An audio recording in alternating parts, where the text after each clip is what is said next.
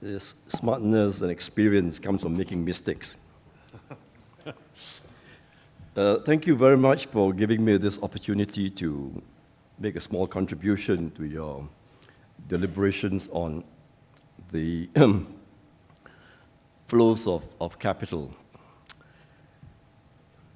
And I think the right way of situating this discussion and bringing in the sovereign wealth funds is the theme of globalization.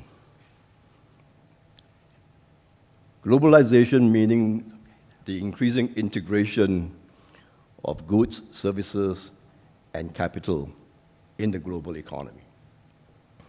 And the sovereign wealth funds is simply a manifestation of the increased globalization that we had seen particularly in the last 25 years. So I think the key theme for this forum, in my opinion, is what is the outlook for globalization? I think we've seen in the run-up to the global financial crisis, the upside of globalization. But I think globalization now faces a challenge because there have been winners, but there have also been losers. And losers have votes. So I think this is a very important issue which I think should pervade our discussion, because we're talking about possible disruptions in the flow of financial capital, human capital, intellectual capital.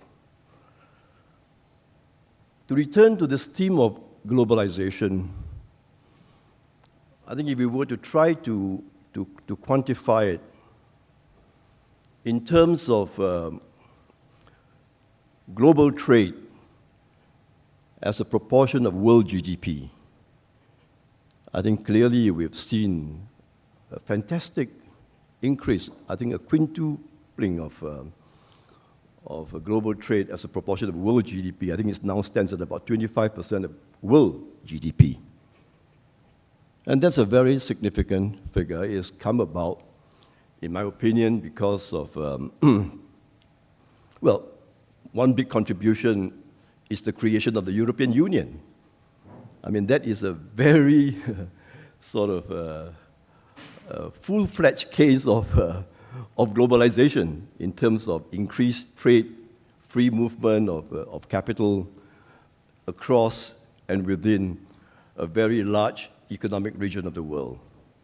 And secondly, globalization in terms of more trade has increased so substantially because of ICT technology, which has made it possible for multinationals to develop regional or even global supply chains. And that, together with China's entry into the WTO back in the early 1990s, is what has led to this tremendous surge in globalization. I mean, China is probably now the most globally interconnected economy in the world in terms of its, trade, the number of countries that it trades with. And that's a very significant development. And if you look at what's happening globally, if you take the G12 countries, G12 here I would include Australia, and compare it against the G7, the developed countries, well, we had a crossing point in 2008 where the G12 accounted for 40% of global GDP, same as the developed world. So there was a crossing point there which speaks about how the emerging economies have prospered because of globalization. Now, the sovereign wealth funds, which is my topic today, is really an offspring of globalization. And first of all, we need to be very clear what we are talking about. The sovereign wealth funds, we are talking about a group of asset owners or asset controllers which are largely government-owned or government-controlled. Now, this has happened because with globalization, countries such as China, but by no means China, you include countries such as Brazil, Korea, and we to a smaller extent in Singapore. Because of globalization, we've been the beneficiaries of that. Our economies have grown more strongly. Being high savings economies, we have accumulated more surpluses, and those surpluses find their way to be managed by sovereign wealth funds. In the case of Singapore, by our company, the GIC, or our sister company, Temasek Holdings. So this is a group of countries who now control a substantial amount of wealth. In other words, there has been a major redistribution of wealth globally, moving in the direction of the sovereign wealth funds in the emerging economies. And of course, the thing that creates concern is the fact that these pools of money, I think Joel mentioned a figure of 12 trillion. I would think that's probably correct. About 12 trillion, probably among about 40 countries. Yeah? And these pools of money are, so-called government controlled, as opposed to private sector managed. So it creates all kinds of concerns as to the political motivation behind the management of these reserves. In some cases, it raises security concerns. And back in 2007, we were approached by the US Treasury. Because we have been operating as a sovereign wealth fund before we were named as a sovereign wealth fund, but basically we were managing Singapore's national reserves. And we've been running this on a very commercial basis, which I'll come to later. And I think the US Treasury, together with other recipient countries of sovereign wealth investments, were extremely concerned that here was a group of new asset owners who may not operate by internationally accepted norms of disclosure, of behavior, of governance. So we were approached to see whether we could take the lead together with one or two other countries to form what is now known as an International Forum of Sovereign Wealth Funds. And they have made some progress in terms of developing what is known as the Santiago Principles. So we are a contributor to that, and at last we now have established some norms of disclosure of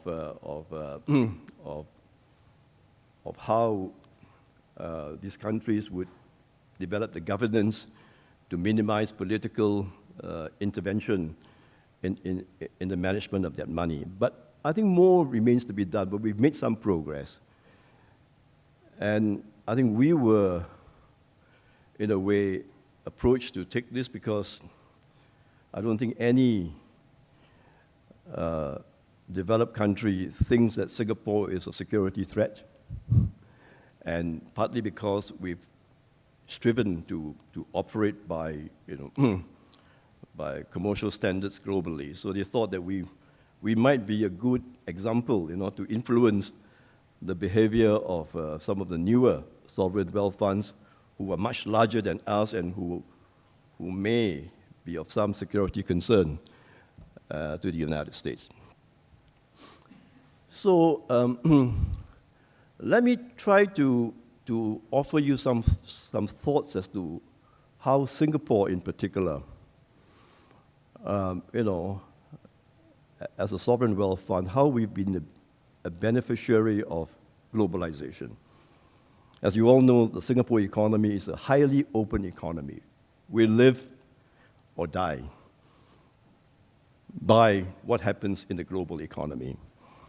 And so, in our case, in order for us to grow in our economy. We depend on stable conditions in the world. We need to import talent and labor, the movement of human capital, intellectual capital, to grow our economy. And I think some of you are quite familiar with the efforts that we go to attract human capital, intellectual capital. And my countryman and friend, Dr. Tan Chin Nam, is very much in the forefront of that in the Singapore government. So we have been able to benefit from this global inflow into Singapore, not so much of financial capital, but more of human capital and intellectual capital.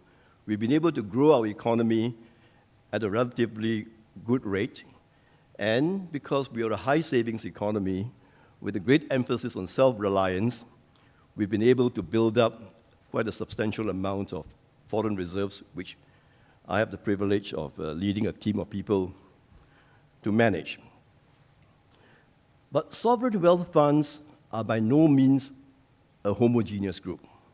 I think it would be a mistake to group them into one, because they are all at different stages of development, they all have different motivations. So I just want to share with you now how we in Singapore, as one case, and by no means should it be generalized, as to how we approach the management of our national reserves in the sovereign wealth fund. So can I please bring up the first chart?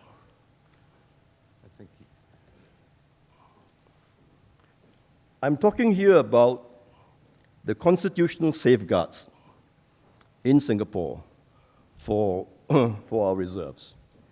And basically, our reserves serve two purposes. First, it is a key defense for times of crisis. We could talk about an economic crisis such as we had in 2008, where we temporarily drew on part of the reserves as a possible support for the economy in the event it proved unnecessary. So it's a tool for economic resilience. But we cannot exclude crisis, in terms of war, for example, as Kuwait, found out when it was invaded by Iraq. And I think the fact that they had reserves stood them in good stead, in both the recovery as well as in the rebuilding of their country. Secondly, the reserves in Singapore serve as a continuous stream of income for the government budget. Now, in Singapore, we do something which I think is quite unique. And this is that under the Constitution, when the government takes office, the day after it's elected, it cannot draw on past savings and past surpluses. Past surpluses are locked up, and they can only be used by the government with the approval of an elected president. And this is to prevent a profligate government from squandering the national wealth. So he has got to go to the president has got to take the advice of his advisors, who will then say, does this request to draw on past reserves in the amount requested, is it justifiable? So the government of the day can only spend what it has generated in terms of revenue within its term of office. However, the government can draw on the investment income, the investment returns on past reserves.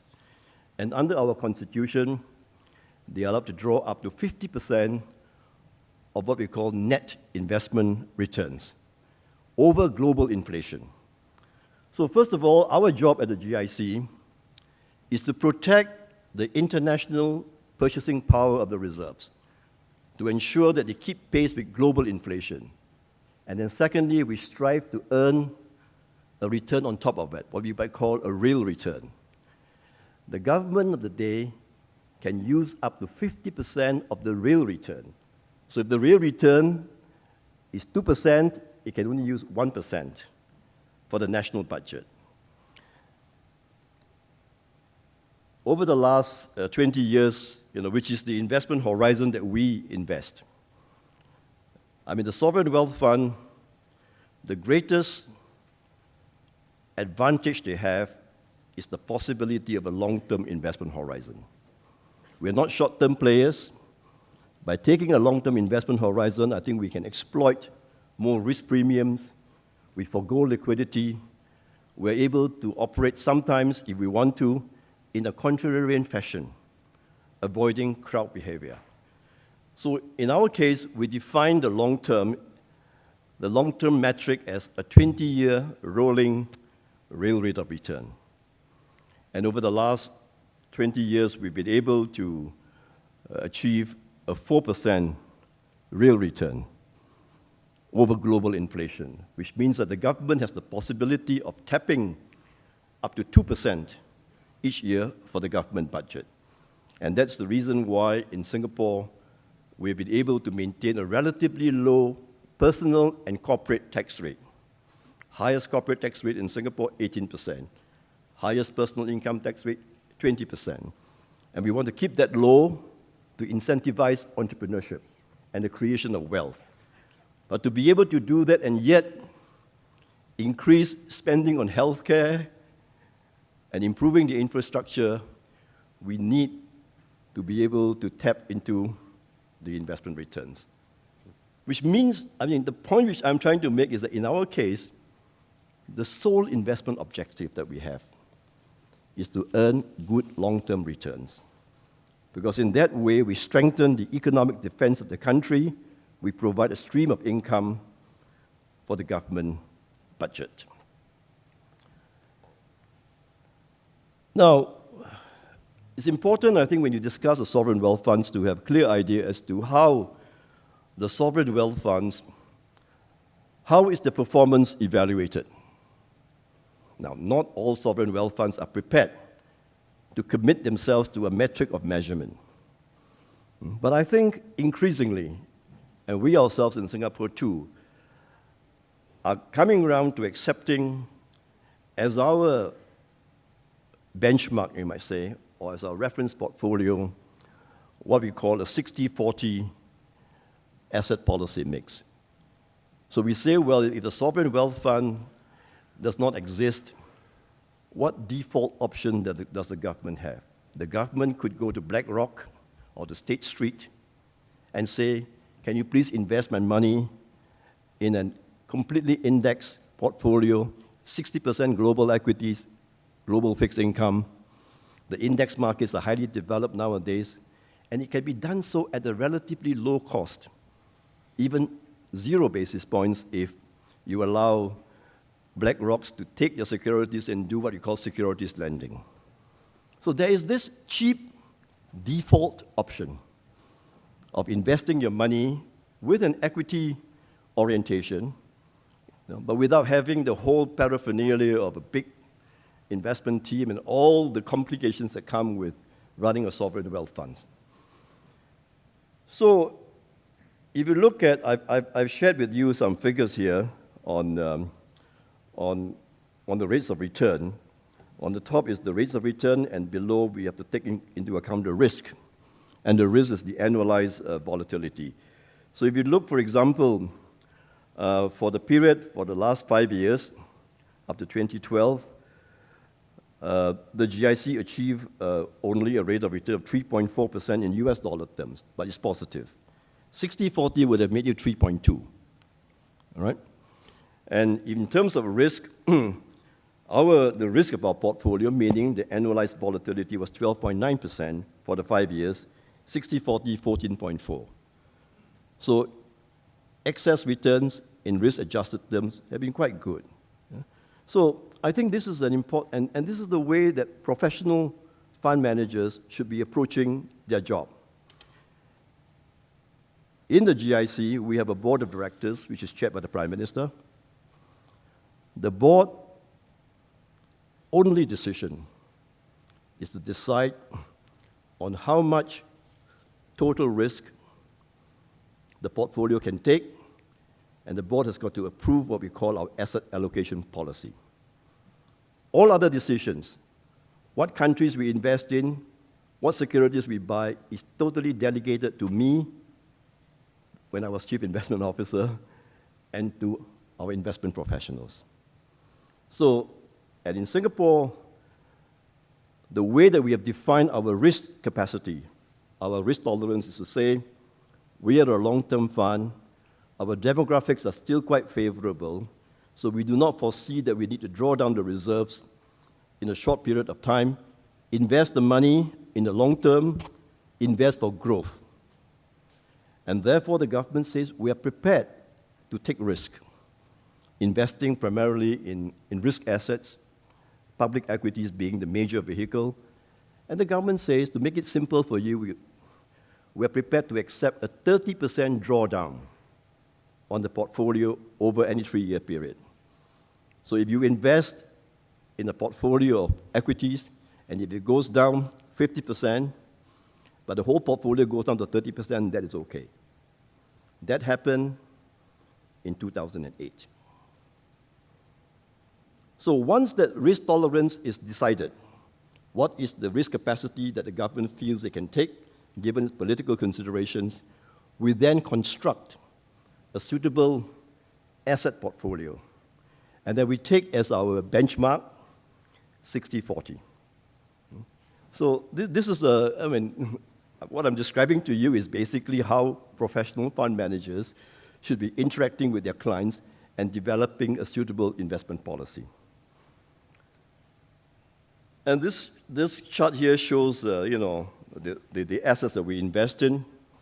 You find that in public equities, 45% of our investments are in public equities globally, with 30% in developed markets, 15% in emerging markets, which is very significant because in the emerging markets, if you grow by, if you take equities as a whole, the emerging market content is about 12%. But in our case, of the 45 in public equities, we have 15, 1/3. And that suggests to you that in the way we allocate capital, we are looking for growth. And in the last 12 years since we embarked on this policy, moving money from the developed equity markets into the emerging markets, that has been a significant source of value add relative to the benchmark. And I've also shown on the chart our other investments in nominal bonds, inflation-linked bonds, real estate, private equity, infrastructure, absolute return strategies, natural resources. And then in terms of our geographical exposure, we have about 42% of our money in the Americas, largely in the United States, 26% in Europe, but that includes 6% in the United Kingdom, and then in Asia, we have 29%. So we are a bit different from the average sovereign wealth funds who have a larger proportion of their assets in the United States and a larger proportion of their assets perhaps in fixed income, whereas we are a more balanced fund across equities and fixed income and more geographically diversified. Now, I like the question which was put just now about financial capital, and how about investing this in truly beneficial ways in terms of prosperity? For us in Singapore, there is no better investment that we can make than in the education of our people. So we spend as much money as needed to raise standards of education, to make sure that every child is educated, given every opportunity. To us, that's the best investment we can make for the future. Secondly, in healthcare, I think in Singapore, the public sector spends about 4% of the budget of government spending on healthcare. And fortunately, because we've been able to do it, in a relatively simple way with the emphasis on self-reliance, we've produced much better outcomes than countries who have spent a much larger proportion on healthcare. So we regard these as perhaps the priority investments. Anything beyond that, we try to invest globally to generate a good enough return as a protection against times of crisis, and secondly, as a source of income for the government budget. Thank you.